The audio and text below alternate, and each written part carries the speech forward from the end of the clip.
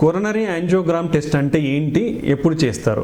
So coronary angiogram test అంటే మనకు గుండె రక్తనాళాలు అనేది 3 రక్తనాళాలు ఉంటాయి. సో ఈ రక్తనాళాల్లో బ్లాక్స్ ఉన్నాయా లేదా అని తెలుసుకోవడాన్ని మనం చేసే టెస్ట్నే కొరనరీ యాంజియోగ్రామ్ టెస్ట్ అంటాం. అంటే ఇది యూజువల్గా మనము చేతి రక్తనాళం ద్వారా కానీ, లేదంటే మన గ్రాయిన్ అంటాం తొడలోని రక్తనాళం ద్వారా కానీ ఒక చిన్న సూది పెట్టి ఆ సూది ద్వారా ఒక ట్యూబ్ని తీసుకొని పోయి ఎక్కడైతే ఈ గుండె రక్తనాళాలు వస్తున్నాయో ఆ రక్తనాళాల్లోకి చిన్న కాంట్రాస్ట్ అనేది ఇంజెక్ట్ చేస్తాం.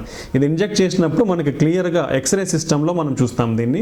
ఈ ఎక్స్రే సిస్టంలో మనం ఈ డై ఇంజెక్షన్ ఇచ్చినప్పుడు మనకు బ్లాక్స్ ఉన్నాయా లేదా అనేది తెలుస్తుంది. అంటే ఎన్ని బ్లాక్స్ ఉన్నాయి, 3 రక్తనాళాల్లో బ్లాక్స్ ఉన్నాయా లేదా, ఎంత సివియర్గా ఉన్నాయనేది మనకి క్లారిటీగా తెలుస్తుంది. ఇది ఎవరికి చేస్తారు?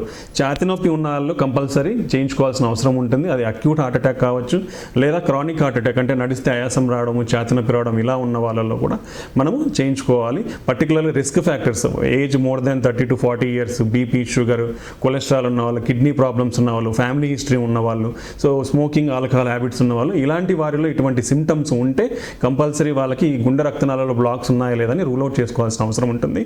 అది కన్ఫర్మ్ చేసే టెస్టే కొరనరీ యాంజియోగ్రామ్ టెస్ట్ అంటారు.